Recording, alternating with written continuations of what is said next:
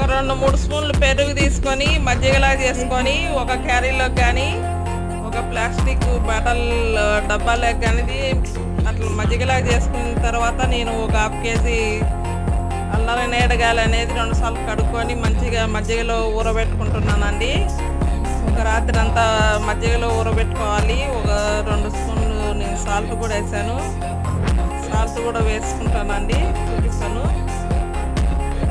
ఈ విధంగా చేయడం వల్ల నేరేడకాయలు బాగా రుచి వస్తాయి. ఒకసారి చేసుకొని తింటే మళ్ళీ మళ్ళీ తినాలనిపిస్తుందండి. మీరు కూడా ఇలా చేసుకొని తిని ఎలా ఉందో కామెంట్ పెట్టండి.